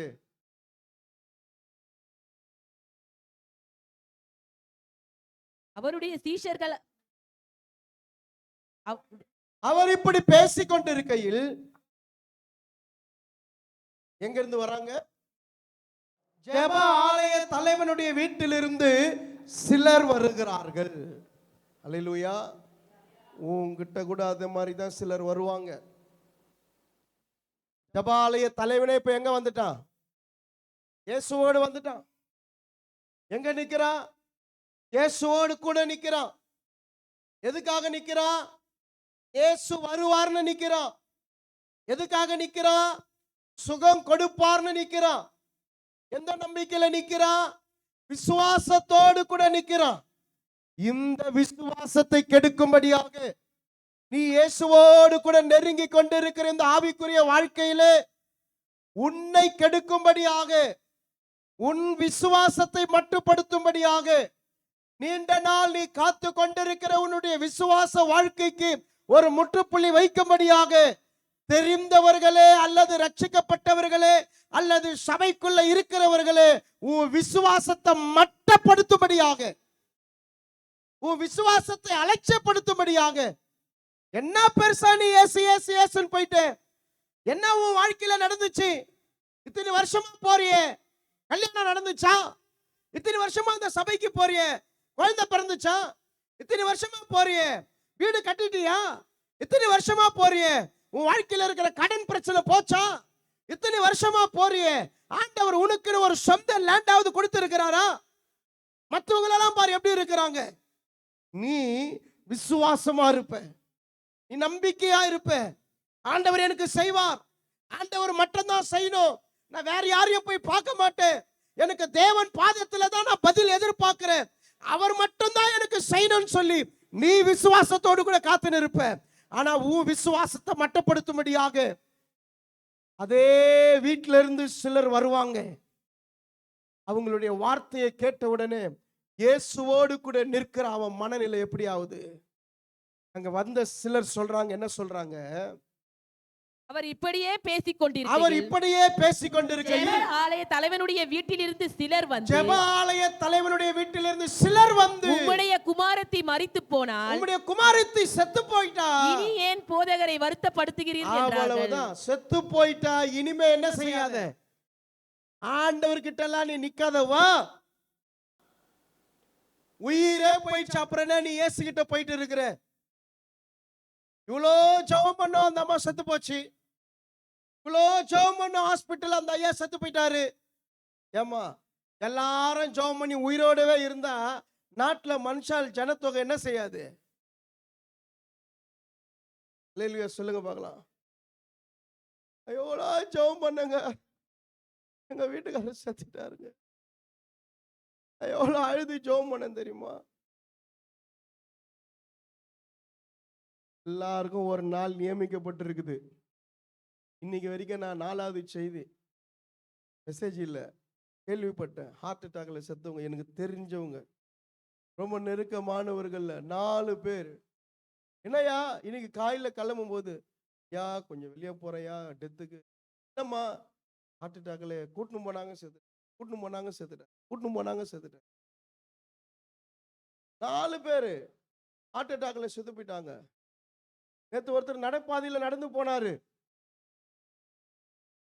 ஊருக்கே தெரியும். அவரு என்ன ஆயிட்டாரு? ஹார்ட் அட்டாக்ல செத்து போயிட்டாரு. யாருக்கு மரணம் எப்படி வரணும்னு தேவன் எழுதி வச்சிருக்கிறார். எல்லாருடைய வாழ்க்கையில என்ன இருக்குது? பிறப்புன்னு இருந்தா மரணம்னு இருக்குது. பிரசங்கி 3ஆம் அதிகாரம் 1 முதல் 11 வசனங்களை வீட்டுல போய் வாசிச்சு பாருங்க. பிறக்க ஒரு காலம் உண்டு, அது மரிக்க ஒரு காலம் உண்டு. அல்லேலூயா. அதெல்லாம் மாம்சத்துக்குரிய மரணம். இன்றைக்கு உங்களிடத்துல ஒன்று சொல்லிக் கொள்ளுகிறேன், 2 முறை பிறந்தால் ஒரே முறைதான் மரணம். 2 முறை பிறந்தால் 1 முறை மரணம். நான் 1 முறைதான் பிறந்தேன், அப்போ உனக்கு 2 முறை மரணம். இங்கேயும் சாவ, 2வது மரணமும் இருக்குது. 2 முறை பிறக்கிற இந்த உலகத்துல நான் தாயின் வயிற்றில 1 முறை பிறந்தேன், பாவத்திற்கு மரித்து நீதிக்கென்று 1 முறை பிறந்து நான் திரும்பவும் உயிர்த்தேன். எனக்கு 1 முறைதான் மரணம். இந்த சரீரம் மட்டும் தான் புதைக்கப்படுமே தவிர 2வது மரணத்தில் சபை என்ன செய்யாது. ஒரு கைத்தட்டி அல்லேலூயா சொல்லுங்க பார்க்கலாம். அல்லேலூயா. நயா இவ்வளவு ஜெபம் பண்ணி செத்து போயிட்டாங்களே. சில பாஸ்டருங்க உபவாசம் எடுப்பாங்க, சில ஊழியக்காரர்கள் போய் ஜெபம் பண்ணுவாங்க. விசுவாசம். ஒருவேளை ஆண்டவர் நம்முடைய ஜெபத்தை கேட்டு பதில் கொடுப்பார், விசுவாசத்தில் அற்புதம் செய்வார். அவர்களுக்கு நாள் இருந்தால் அற்புதம் நடக்கும்.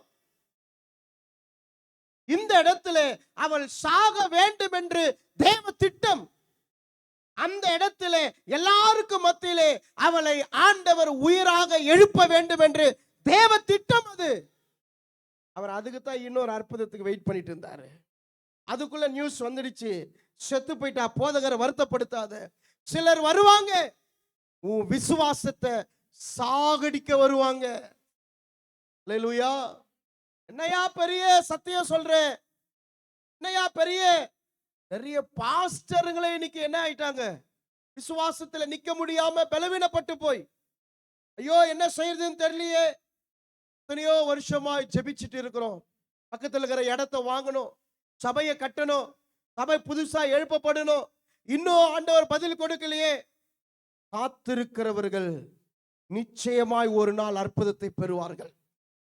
அதே போலதான் இந்த சபையிலே காத்திருக்கிற உங்களுக்கு தேவன் ஒரு நாள் என்ன செய்கிறாராம், நிச்சயமாய் அற்புதத்தை செய்ய அவர் வல்லமை உள்ளவராய் இருக்கிறார். முதல்ல பார்த்தோமே, தேவனை அறிகிற அந்த சரியான அறிவு நமக்குள்ள இருக்க வேண்டும். ஒரு காரியம் நன்றாய் புரிந்து கொள்ள வேண்டும். தேவன் என்னுடைய வாழ்க்கையிலே சில காரியங்களுக்கு, சில விஷயங்களுக்கு அனுமதிக்கிறார் என்றால் நல்லது. சில காரியங்கள் என் வாழ்க்கையில வருவதற்கு தாமதமா இருக்கிறது என்றால் அதுவும் நல்லது. தாமதத்தையும் நான் ஏற்றுக்கொள்ள வேண்டும். உடனே கிடைத்தாலும் நான் ஆண்டவருக்கு நன்றி உள்ளவர்களா இருக்க வேண்டும். இது ரெண்டத்தையும் சரியாய் பேலன்ஸ் பண்ணி நடக்கிறவர்கள் தான் தேவனுடைய பிள்ளைகள். அல்லேலூயா. கிடைக்கலன்னா சோர்ந்து போயிடுவாங்க. எப்போ அந்த சர்ச்சுக்கு போய் ஒன்றும் நடக்க மாட்டேங்குது, சர்ச்சை குறை சொல்லும். அந்த பாஸ்டர் என்னத்தான் ஜெபம் பண்றாருன்னு தெரியல, பாஸ்டர் குறை சொல்லும். அதுக்கு அறிவுக்கு தான் என்னன்னு தெரியல சொல்ல குறை சொல்றீங்கள. பாஸ்டருக்கு வல்லமை இல்லை, அந்த சர்ச்சுக்கு போனா அற்புதம் நடக்க மாட்டேங்குது, இங்க போனா அற்புதம் நடக்குது. அல்லேலூயா. அப்படியெல்லாம் ஒண்ணுமே கிடையாது. 3 பேர் இருந்தாலும் அங்க ஏசாமி இருக்கிறாரு. அவரு இருந்தாதான் இயேசு வருவார்லாம் கிடையாது. எந்த சபையிலே கர்த்தரை கொண்டாடுகிறார்களோ அந்த சபையிலே கர்த்தர் இருக்கிறார். எந்த சபையிலே மனிதனை கொண்டாடுகிறார்களோ அந்த சபையில தேவன் இருக்கவே மாட்டார். கர்த்தரை கொண்டாடுகிற இது சபையா? அப்படியானால் உனக்கான காரியங்கள் உனக்காக வைக்கப்பட்டிருக்கிறது. அது நிச்சயமாய் உன் கையிலே ஒரு நாள் வந்து சேரும். நீ காத்திருக்கிறப்ப ரொம்ப நல்லது. காத்திருப்பது ரொம்ப நல்லது. அல்லேலூயா. அதுவும் நம்ம சபையில பிரசங்க நேரத்துல தூங்கி எப்படா முடியும்னு காத்துனுக்குறாங்க பாரு, அவங்க ரொம்ப பெரிய பாக்கியவான்கள். ஆமென்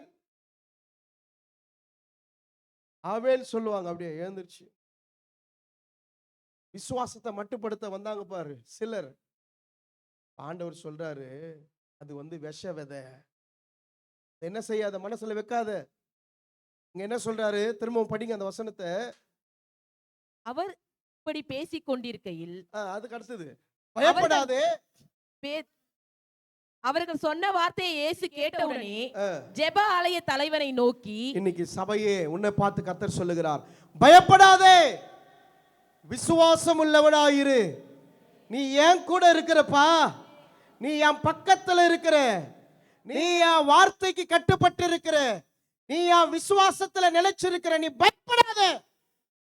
எப்படி இருக்கு சொல்றாரு, விசுவாசம் உள்ளவனாயிரு. அவன் உன்னை அலட்சியம் பண்ணலாம், உன் விசுவாசத்தை மட்டுப்படுத்தலாம்.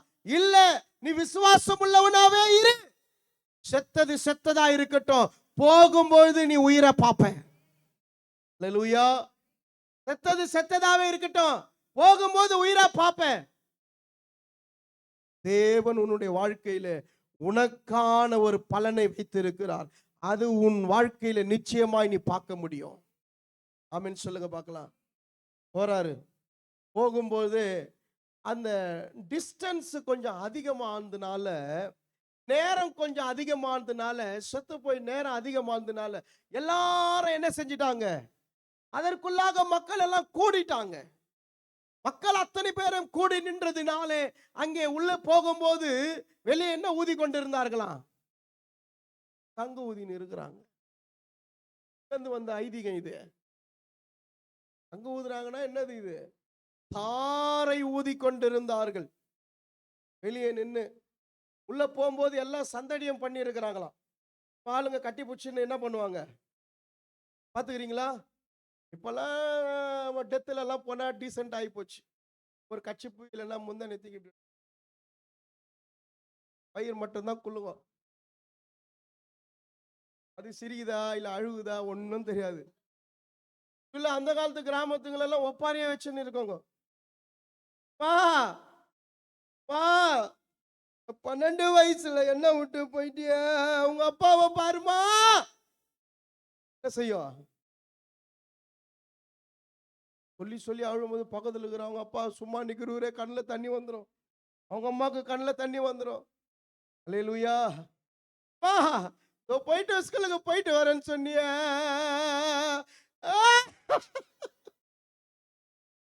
அல்லேலூயா. ஆண்டவர் பார்த்து தத்திரம் பூச்ச விசுவாசி எல்லாம் என்ன சொல்றாரு? 3 பேர் மட்டும் வா, 3 பேர் வா, இது எல்லாம் உள்ள போ, வெளியே போ, வெளியே போ. அம்மா கூட்டு வா. அலி தகுமின்றார். ஏந்து உட்காந்துங்க. நாம ஊரை கூப்பிட்டினா உன்னை நாசம் பண்றோம் அழ வச்சு. ஊரை கூப்பிட்டா உன் விசுவாசத்தை சாகடிச்சிடும், செத்து போனதை குழி தோண்டி பொச்சிடும். இயேசுவை கூப்பிடு. நீ தனிமையில இருந்தாலும் எதுனோ பண்ணிக்கணும்னு பிசாசு சிந்தைய மாத்துவான். இயேசுவை கூப்பிடு. அவர் வந்தார்னா உயிர்ப்பிக்கிறவர். சும்மாவே போக மாட்டார். உன்னை போகிற வழியில உன்னை தூக்கி எடுத்து நிக்க வச்சுதான் போவாரு. அல்லேலூயா. நம்ம ஆண்டவரை நம்ம புரிஞ்சுக்கிறதுல தான் இருக்குது. ஒரே ஒரு காரியம், லெசன். நம்முடைய வாழ்க்கை என்பது ஒரு பாடம். கற்றுக்கொள்ள வேண்டும். இருந்தாலும் வாழ கற்றுக்கொள்ள வேண்டும், இல்லை என்றாலும் வாழ கற்றுக்கொள்ள வேண்டும். கொடுத்தாலும் வாழ கற்றுக்கொள்ள வேண்டும். கொடுக்க தாமதமா இருந்தால் ஆண்டவரிடத்திலே வாழ கற்றுக்கொள்ள வேண்டும். நிச்சயத்தவர்கள் நாம் எல்லாம் நிச்சயிக்கப்பட்டவர்கள். அல்லேலூயா. தெரிந்து கொள்ளப்பட்டு முத்திரிக்கப்பட்டவர்களா இருக்கிறோம். நாம் எல்லாம் அழிந்து போகிறவர்களுக்காக கர்த்தர் நம்மளை தெரிந்து கொள்ளல. மீட்கப்பட்ட ஜனம் உரிமையாய் நம்மளை பார்த்து சொல்றாரு, பயப்படாத, விசுவாசம் உள்ளவனாயிரு. ஆமென் சொல்லுங்க பார்க்கலாம். சிலர் எப்படிப்பட்டவர்கள்? விசுவாசத்தை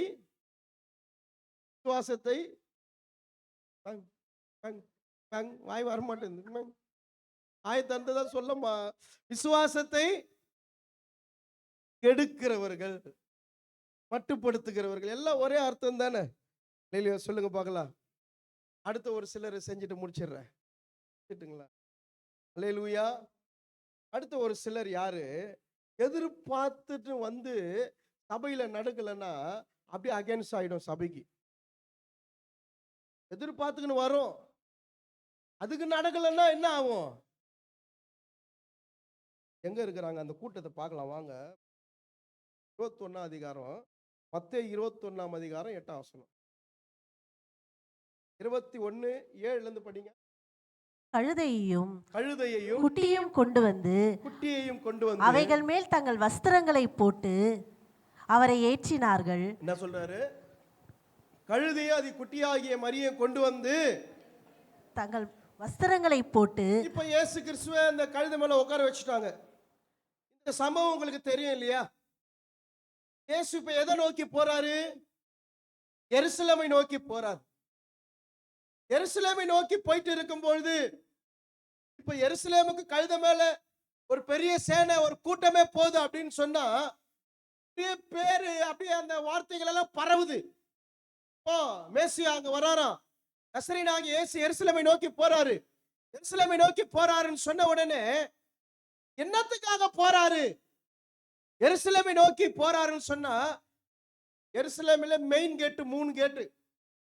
ஒரு கேட்டு, ஒரு வாசல் டைரக்டா அரண்மனைக்கு போற வாசல். 2வது வாசல் தேவ ஆலயத்திற்கு போற வாசல். 3வது வாசல் பட்டணத்திற்குள்ள போகிற வாசல்.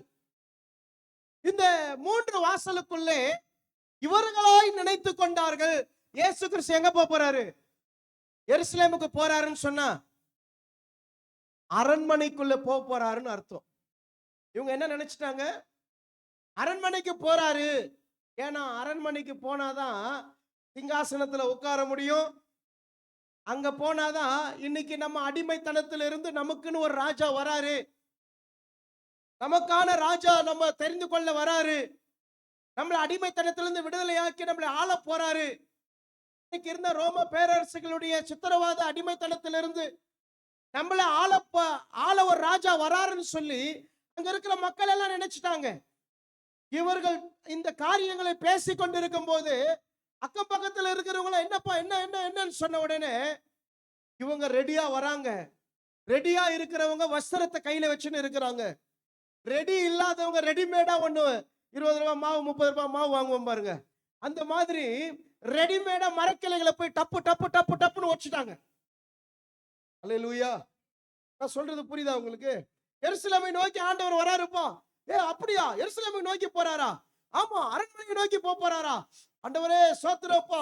இவங்க போறது இல்லாம அங்க கேட்ட ஜனங்க, பார்த்த ஜனங்க, கேள்விப்பட்ட ஜனங்க, அக்கம் பக்கத்துல இருக்கிறவங்க எல்லாரும் வந்துட்டாங்க. அவங்க தான் அந்த வேறு சிலர். சிலர் இல்ல, வேறு சிலர். என்னது? வேறு சிலர். வேறு சிலர் மரக்கிளைகளை தரித்து வழியிலே பரப்பினார்கள். வழியிலே பரப்பினார்கள். ஏன்னா ஒண்ணும் இல்லையே. ஏன்னா அவங்கள என்ன பண்றாங்க? வஸ்திரத்தை போட்டாங்க. இவங்க கையில ஒண்ணும் இல்ல, மரக்கிளைகளை எல்லாம் எடுத்துட்டு வந்து என்ன பண்றாங்க? அங்க அவருக்கு போடுறாங்க. ஏன்னா இப்போ நாளைக்கு இவரு இப்ப நம்ம ஆட்கள்ல எப்படி தாவினே இருக்கிறாங்க பாத்துக்கிறீங்களா? திமுகல இருந்து அதிமுகல இருந்து தாவேகாக்கு இங்க போய் அங்க போய் எப்படின்னு சொல்லி தாவிக்கினே இருக்கிறாங்க. அப்புறம் அந்த மாதிரி இப்போ அங்க இருக்கிற ஜனங்கள்லாம் நாளைக்கு ஒரு வேளை இவர் ராஜாவாயிட்டாருன்னா, எரிசில போய் உட்காந்துட்டாருன்னா நாமளும் இவங்க கூட சேர்ந்துடலாம் அப்படின்ட்டு மரக்கிளைகள் எல்லாம் போட்டாங்க. அல்லேலூயா. மரக்கிளைகள் எல்லாம் போட்டாங்க. ஆண்டவரும் சந்தோஷமா கழுதை மேல போறாரு. நேர போறாரு. இப்படி போனா எருசலேம் வாசல், இந்த பக்கம் போனா பட்டணம், இந்த பக்கம் போனா அரண்மனை. என்னடா கழுதை இந்த பக்கம் போவாத, டைரக்ஷன் மாறுது, ரூட்டு மாறுதுன்னு பார்த்தா எங்க போயிட்டாரு இவரு? தேவாலயத்துக்கு போயிட்டாரு. கூட வந்த ஜனங்களாம் ஒரே அப்செட், டென்ஷன் ஆயிடுச்சு. என்னடா இவரு அரண்மனைக்கு போவாரு, நம்மளெல்லாம் மீட்பாரு, ராஜாவா உட்கார போறாரு, நம்ம அவ்வளோ சந்தோஷமா ஜாலியா வந்தோம், ஓசனா வேற சொல்லிட்டு வந்தோம். ஆனா இப்போ இவர் எங்க போயிட்டாரு? தேவாலயத்துக்கு போயிட்டாரு. இருக்குமா இந்த ஜனங்களா? என்ன பண்ணுச்சுங்க சொல்லுங்க? எல்லாம் நம்ம ஃப்ரெண்டுங்க தானே. என்ன பண்ணாங்க தெரியாதா? நல்லா சொன்னீங்க. வியாபாரம் பண்ணாங்கன்னு. அது குதிரை வியாபாரம் நந்திருந்தாங்குது. இவங்க என்ன பண்ணாங்க? பழி வாங்கறதுக்கு காத்துனுக்குறாங்க. வேறு சிலர்லாம் வந்தாங்க பேர் கூட, மரக்கிளைகள் எல்லாம் ஒச்சு போட்டு நம்மளும் கூட இணைஞ்சு செய்யலான்னு எதிர்பார்த்துட்டு வந்தாங்க. பாத்தியா? எதிர்பார்த்து சபைக்குள்ள வருவாங்க நிறைய பேர். சபைக்கு போனா எதனா பண்ணுவாங்க, சபைக்கு போனா ஏதாவது செய்வாங்க. எதிர்பார்த்துக்குன்னு வந்தவங்களுக்கு ஆண்டவர் ஒரு நாள் என்ன பண்ண மாட்டாரு? பார்த்தவங்களுக்கு ஆண்டவர் செய்ய மாட்டாரா? உபவாசமா வந்தாதான் நடக்குமே தவிர ஏதாவது ஏதாவது ஏதாவது எதிர்பார்த்துன்னு வந்தாங்க, நடக்கல. என்ன பண்ணாங்க தெரியுமா? அவரை சிலுவையில் அறையும் 7 நாள்ல அப்படியே பிளானை மாத்திட்டாங்க. 7 நாள்ல அவங்க வாயில இருந்து என்ன வருது? ஓசனா ஓசனான்னு வந்த வாயில அவரை சிலுவையில் அறையும், அதுக்கு பதிலாக பரபாசை விடுதலையாக்கும். ஒரு நீதிமான, ஒரு பாவம் அறியாதவரை, ஒரு குற்றம் செய்யாதவரை எங்க கொண்டு போய் வைக்க சொல்றாங்க? மரண தண்டனைக்கு ஒப்பு கொடுக்க சொல்றாங்க. ஒரு ஜெயில் கைதியாக, ஒரு குற்றவாளியாக, ஒரு அக்யூஸ்டாக அரெஸ்ட் பண்ணப்பட்டு இருக்கிற அந்த பரபாசை எங்களுக்கு விடுதலையாக்கும். நல்லா இருக்குதுமா உங்க நியாயம்? என்ன சொல்றாங்க? பரபாசை விடுதலையாக்கும். இவர் எத்தனை பேர் சிலுவையில் அடிக்கண்டா? எங்களை ஏமாத்திட்டாரு. அப்படியே நம்மளுக்கு அகைன்ஸ்டா மாறும். சில கூட்டம் இருக்குது சபையில, அகைன்ஸ்டா மாறும். ஹல்லேலூயா. என்ன சொல்றாரு? அகைன்ஸ்டா மாறும். சில விசுவாசிகள் எதுவுமே நடக்கல, ஆளை பார்த்து பண்றாரு. ஆளை பார்த்து எங்க சபையில போன வாரம் ஒரு டாபிக் ஒன்று வந்துச்சு. ஆளை பார்த்துன்னு ஒன்று அப்படியே புத்தகத்துல அவரு பணக்கார விசுவாசி வீட்டுக்கு போறாரு அப்படின்னு ஒண்ணு. என்ன சபையில யாரும் ஒன்றும் பெரிய அப்பாட்டாக்கிற பணக்காரங்களாம் கிடையாது. நம்ம சபையில யாரும் அவ்வளவு பெரிய BMW பென்ஸ் ரோல்ஸ் ராயெல்லாம் வச்சுன்னுக்கிறீங்க, நீச்சல் குளத்தோட பெரிய பங்களா வச்சுன்னுக்கிறீங்க. நீங்க எல்லாம் ஒரே மாதிரி தான் இருக்கிறீங்க. யாரு இங்க ஒரு பெரிய பணக்காரா இருக்கிறீங்க? யாருமா இங்க பெரிய பணக்காரா இருக்கிறீங்க? அங்க 2 3 சொந்த வீடு வச்சுன்னு கம்முன்னு ஆயிட்டாங்க. நம்ம இவங்ககிட்ட வாயை கொடுக்கணும். அவங்களுடைய கணிப்பு அப்படியே அகேன்ஸ்டா மாறும். அப்படியே ஒண்ணு ஒண்ணா போய் சொல்லின்னு இருக்கும். சும்மாவே போவோம், இல்ல தலை வச்சிடும் அதுக்கு. கூப்பிட்டு சொல்லும், கூப்பிட்டு உட்கார வச்சு வா டீ குடிக்கலான்னு டீ வாங்கி கொடுத்துட்டு சொல்லும். இல்ல சம்பவங்களை சொல்லனா அதுங்களுக்கு என்ன வராது? சுத்தமே வராது. இந்த மாதிரி அவங்களுடைய வாழ்க்கையில அந்த விஷயங்கள் நடக்கல, எதிர்பார்த்தது கிடைக்கல, எதிர்பார்த்தது நடக்கல, எதிர்பார்த்த அற்புதம் கர்த்தர் என் வாழ்க்கையில செய்யல அப்படின்னா அது அப்படியே சபையை திருப்பிக்கும். அது அப்படியே பாஸ்டரை திருப்பிக்கும். சொன்னது யாரு? ஆண்டவர் வாய் திறந்து சொன்னாரா? ஆமா, நீ தான் சொல்லம்மா. ஆண்டவர் வாய் திறந்து சொன்னாரா? வாங்க நான் எல்லாம் அரண்மனைக்கு கூட்டின்னு போறேன், நான் ராஜாவை போறேன்னு சொன்னாரா? பாவம் மேய்ப்பர் எங்கேயோ கெடுக்கிறாரு. இதுங்க ஒண்ணு ஒண்ணா கிரியேட் பண்ணி ஒண்ணு ஒண்ணா சொல்லி இதுங்களா என்ன செய்யுது? நம்ம தமிழ்ல ஒரு லாங்குவேஜ் சூப்பர், அது குட்டி கலாப்பனம் பண்ணாதுங்க. எல்லாம் ஒருத்தருக்கு ஒருத்தர் என்ன செய்யும்? அப்படியே பேசி தீயா அப்படியே பரவின்னு வரும். அது எதிர்பார்த்தது என்ன ஆச்சு தெரியுமா? அவங்க நிலைமை என்ன ஆச்சு தெரியுமா? ஆண்டவர் மறைமுகமாய் சொன்னார்,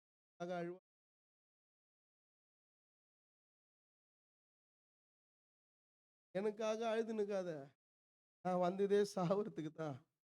அதுல நீ ஒரு பார்ட்டி எடுத்துக்கின இவரை சாவடின்னு எனக்காக அழுவாது. போய் உனக்கும் உன் பிள்ளைங்களுக்கும் போய் அழுவு, புள்ள வளர்க்குறீங்க அப்படின்னு. அவருக்கு தெரியாதா நம்ம யாரு, நம்ம பிள்ளைங்க யாரு? சபைக்கு வராதுங்க பிள்ளைங்க, தேவ பயம் இருக்காது, கர்த்தருடைய வளர்ப்புல வளர்க்கப்பட மாட்டாங்க, ஜெபம் பண்ணாதுங்க, ஒரு பைபிள் படிக்காதுங்க, சபைக்கு வரணுன்ற அந்த ஒழுக்கமான ட்ரெஸ் கூட இருக்காது. எப்படி ஆதி முடி இருக்காது. கோழி பார்த்துக்கிறீங்களா? கோழிக்காட்டில் போயிட்டு அதனுடைய ஒன் சைடு முடியை எடுத்துட்டானுங்கன்னா ஒன் சைடு எப்படி இருக்கும்? அதெல்லாம் நம்ம இப்போ பிள்ளைங்களுக்கு வந்துடுச்சு. எல்லா தலை ஒரு பக்கம் லெகின்ஸை மாட்டிக்குது, இவ்வளோ தூரம் டாப் வச்சு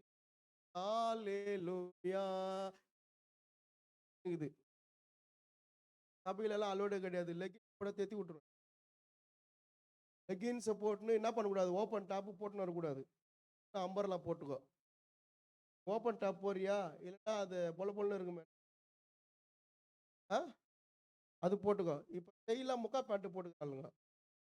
முக்கா பேண்ட்டு போட்டுக்கின்னு பாதி டாப்பு போட்டுக்கிறாங்க. அது காலில் இப்படி கீழே கொஞ்சம் பார்க்க வேண்டிய எண்ணத்தை உருவாக்குது. அது பேண்ட்டு போட்டுக்குதா இல்லையா? இது உருவாக்குதா இல்லையா? அதெல்லாம் போட்டுன்னு வரக்கூடாது. வந்தால் இப்படி தான் வரணும், இல்லைன்னா வராத சபைக்கு. இத்தனை பேரை துரத்தி விட்டு சபை ஒரு அளவுக்கு பரவாயில்ல. ஆமீன் சொல்லுங்க பார்க்கலாம். அல்லேலூயா. லெகின்ஸு, இந்த ஓப்பன் டாப்பு அதெல்லாம் கிடையவே கிடையாது. மாறுது சபை, சபையில் ட்ரெஸ்ஸிங் மாறுது. அன்னைக்கு எப்படி ஆதாமுக்கு ஏவாளை ஃபர்ஸ்ட் நிர்வாணமாக காமிச்சானோ அதே போல பிசாசு இன்னைக்கு சபையில் இருக்கிற ஒவ்வொரு பிள்ளைகளுடைய வாழ்க்கையில நீ போட்டாலும் இது இப்படிதான் நிர்வாணமா இருக்குன்றத கிளீனா அவன் சிந்தையில பதிகிற அளவுக்கு காட்டுறான். அல்லேலூயா. போட்டுதுங்க இன்னைக்கு உலகமா, உலகத்துல பிசாசு கிட்ட இருக்கிற பிள்ளைங்க எல்லாம் அப்படிதான் இருக்கும். ஆதி வயிற காமிச்சுன்னு வருதுங்க, ஊண்டி ஜட்டியை போட்டுக்குதுங்க. எங்க வீட்டாண்ட நடக்கையோ எக்ஸ்பிரஸ் அவென்யூ சத்யம் தியேட்டர் டெய்லி கார் எடுக்கும்போது பார்க்க வேண்டியதா இருக்கும். அந்த மாதிரி இது எல்லாமே சபைக்குள்ளே இன்னைக்கு வரக்கூடாது. சபைக்குள்ளே வருது அப்படின்னு சொன்னா நீ அதை ஏற்றுக்கொள்றன்னு சொன்னா உன் பெற்றோர் சரி கிடையாது, அப்பாவும் சரி கிடையாது, அம்மாவும் சரி கிடையாது. குழந்தை பிள்ளைங்க படிக்குது, +2 போயிடுச்சு, காலேஜ் போயிடுச்சு, இப்படி காலேஜ் பசங்களாம் அப்படிதான் வரும். காலையே இல்லாத போது, காலையே இல்லாத என்ன பண்றாங்க? சர்ச்சுக்கும் வராங்க. அம்மா நம்ம கண்டிக்கிற வரைக்கும் கண்டிச்சு தான் ஆகணும். சபையில், எங்க சபையில் போதகர் நான் என்ன சொல்றேனோ அதுக்கு கீழ்ப்படி இருந்தா வா, இல்லைன்னா கிளம்பு. 10 பேரா இருந்தாலும் பத்திரமா சர்ச்சுக்கு பரலோகத்துக்கு கூட்டின்னு போனா போதும். நிறைய பேர் இருக்கிறாங்க என்கிட்டன்னு சொல்லி கூப்பிட்டுக்கின்னு கணக்கு காட்டுறதுக்கு சீன் போடுறதுக்கெல்லாம் இருக்கக்கூடாது. இங்க 2 பேர் இருக்கிறாங்களா, அந்த 2 பேர் சாம் சுந்தரத்துக்கு ஆண்டவர் ஒரு தரிசனத்தை காமிச்சாராம். சாம் சுந்தரம் பாஸ்டர் ஏசிய சபையை நடத்தி கொண்ட நாட்களிலே ஒரு தரிசனத்தை பார்த்து, ஆண்டவரே, பரலோகத்திற்கு போய் தேவனை அவர் சந்தித்துக் கொண்டிருக்கிற வேளையில அங்கே சாம் சுந்தரம் பாஸ்டர் இடத்துல அவர் விசுவாசிகள் ஒரு 4-5 பேர் மட்டும்தான் வந்து தோத்திரம் பண்ணாங்களா. ஐயா சோத்திரம், ஐயா சோத்திரம், நம்ம விசுவாசிகளா எங்க அவ்வளோ பேர் இருக்கிறாங்களே நம்ம சபையில, ஐயா நாங்களும் தேடி பார்த்துட்டோம், நாங்க 4 பேர் தான். ஆண்டவர்கிட்ட கேட்டார், ஆண்டவரே, கீழே அவ்வளோ பெரிய சபை நடத்துறேன்னு, என் சபையில எல்லாரும் ஒயிட் அண்ட் ஒயிட் தானே வராங்க, ஆண்டவரே என் சபையில எல்லாருமே ஒரு பரிசுத்தமா தானே ஆராதிச்சோம், எங்க ஆண்டவரே என் ஜனங்கள்லாம்? சபைக்கு மட்டும்தான் அவங்க வாழ்ந்தாங்க, பரலோகத்திற்கு வரக்கூடிய வாழ்க்கை அவங்க வாழ்க்கையில இல்லை. இந்த 4 பேர்கிட்ட மட்டும்தான் இருந்துச்சு. நீ இவ்வளோ பெரிய சபை நடத்தி எத்தனை பேரை தான் ஆதாயம் பண்ண? 4 பேரை மட்டும்தான் ஆதாயம். இன்னைக்கு நீங்கள நானும் யோசித்து பாரு, அந்த சிலரை போல நாம் சபைக்கு வருவதை, இந்த சபை என்று நம்முடைய வாழ்க்கையில ரொம்ப முக்கியம். வாழ்க்கைக்கு மிக முக்கியமான ஒன்று சபை. நீ எதை மிஸ் பண்றியோ இல்லையோ, சபையை மிஸ் பண்ணாத, தேவனுடைய ஆலயத்தை மிஸ் பண்ணிடாத. உன் குழந்தைகளுக்கு முதற்கொண்டு சொல்லி கொடுத்து வள. எந்த பெரிய விஷயமா இருந்தாலும் சபைக்கு வருவதை நாம் ஒரு நாள் என்ன செய்யக்கூடாது, வராமல் இருப்பதை அனுமதிக்கவே கூடாது. எல்லா நாளும் தேவ சமூகத்தில் வந்துடணும், அந்த வார்த்தையை கேட்கணும். ஏன் வார்த்தையை ஞாயிற்றுக்கிழமை ஒரு நாள் கேட்கிறோம்? உயிர் தெழுந்த நாள்ல சர்வீஸ்மா, வண்டி ரிப்பேர் ஆயிடுச்சுன்னா, இல்ல புது வண்டி வாங்கி இருக்கிறோம், அதை கொண்டு போய் சர்வீஸ்க்கு கொடுக்கறோம்னா, சர்வீஸ்னா என்ன அர்த்தம்? செயின் லூஸா இருக்குதா, ஆயில் இல்லையா, பிரேக் டைட் பண்ணுமா, வண்டியில வேற என்னென்னலாம் ஃபால்ட் இருக்குது, அதெல்லாம் சரி பண்ணி அனுப்புற வேலை தான் சர்வீஸ் வேலை. நீ 6 நாள் உலகத்துல இருக்கிற, அந்த உலகத்துல இருக்கும்போது உன் கண்ணுனால, உன்னுடைய காதுனால, உன் வாயினால, இருதயத்துல, சிந்தையில எதெல்லாம் ரிப்பேர் ஆயிருக்கிறியோ, அடுத்த நாள் ஞாயிற்றுக்கிழமை வரும்போது பரிசுத்த ஆவியானவர் வார்த்தையை கொண்டு உன்னை சர்வீஸ் பண்ணி வெளியே அனுப்புவாரு.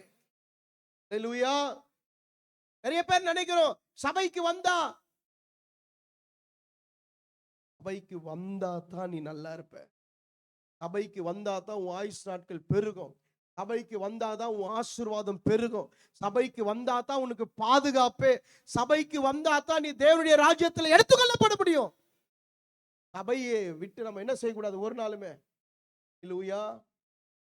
இருக்கிறவங்க கையை பிடிச்சி, பக்கத்தில் இருக்கிறவங்க கையை பிடிச்சி சொல்லுங்க பார்க்கலாம், நாளானது சமீபித்து வருகிறது. தேவனுடைய நாள். சபையை எதிர்பார்த்து ஆண்டவர் வரக்கூடிய நாள். ஆண்டவர் சபையிலே எனக்கான ஜனம் இருக்கிறது என்று எதிர்பார்த்து வருகிற நாள் சமீபமா இருக்கிறது. நீ விட்டு விடாதே. சொல்லுங்க, நீ விட்டு விடாதே, நீ முறுமுறுக்காதே. அப்புறம் கைப்பிடிச்சு சொல்லு, அவங்கள பார்த்து சொல்லு, நீ முறுமுறுக்காதே, விக்கிரக ஆராதனையில இருக்காது. வேற என்ன சொன்ன? தேவனை பரீட்சை பாராதே. அப்புறம் விசுவாசத்துல மட்டுப்படுத்தப்படாதே. எதிர்பார்த்தது நடக்கலன்னு முறுமுறுக்காதே. அல்லேலூயா. நாம பாஸ்டருக்கு முன்னாடி நம்ம நடிக்கிற நடிப்பு இருக்குது பாருங்க, ஊழியக்காரர்களுக்கு முன்னாடி ஐயா ஐயா ஐயான்ட்டு பின்னாடி போய் கொய்யா அப்படின்னு நம்ம, ஐயோ இங்க அது சொல்லக்கூடாதுல்ல. கர்த்தருக்கு ஸ்தோத்திரம். அது கோட் வேடா இருக்கும். இங்க ஐயா ஐயான்னு சொல்லிட்டு நம்ம என்ன பண்ணுவோம்? எப்பவுமே ஒரே மாதிரி எல்லா சூழ்நிலையிலும் பார்த்திருக்கிறவர் கர்த்தர். நீ தனியா இருக்கும் போதும், நீ கும்பல்ல இருக்கும் போதும், உன் வீட்டில் இருக்கும் போதும், உன் சபையில இருக்கும் போதும், இந்த கூடுகையில ஆண்டவர் உன்னை பார்த்து கொண்டே இருக்கிறார். தேவனுடைய கண்கள் எப்போதும் உன்னை வாட்ச் பண்ணிட்டே இருக்குது. அவருக்கு முன்பதாக நம்ம எந்த விதமான ஆக்டிங்கும் செய்ய முடியாது. ஆகவே நாம் சபைக்கு முன்பதாக உண்மையா இருப்போம். கர்த்தர் உங்களை ஆசீர்வதிப்பார். ஆமென் சொல்லுங்க பார்க்கலாம். அல்லேலூயா. ஒரே ஒரு அடி பாடலாமா? ஒரே ஒரு அடி பாடலாமா? எல்லாரும் எழும்பி நின்று பிரைஸ் தி லார்ட் ஒரே ஒரு அடி பாடி பிரைஸ் தி லார்ட். எப்பா போவே எப்படி வாழுவே உங்க சமூகத்தை மறந்து எங்க பாப்போவே உங்க பிரசன்னத்தை விட்டுட்டு எப்படி வாழுவே உங்க சமூகத்தை மறந்து அப்பா நீங்க எனக்கு இருக்க பயமில்லையே என் தகப்பனே சுமந்து கொள்ள கலக்கமில்லையே. அப்பா சபை எல்லாரும் சேர்ந்து நீங்க எங்க பாப்போவே விட்டுட்டு எப்படி வாழுவே எங்க பாப்போவே விட்டுட்டு எப்படி வாழுவே உங்க சமூகத்தை மறந்து அப்பா நீங்க எனக்கு இருக்க பயமில்லையே அப்பா நீங்க சுமந்து கொள்ள நடக்கவில்லையே அப்பா நீங்க எனக்கு இருக்க பயமில்லையே அப்பா நீங்க சுமந்து கொள்ள நடக்கவில்லையே நீங்க போதும் நீங்க போதும் நீங்க போதும் நீங்க போதும் நீங்க போதும் நீங்க போதும்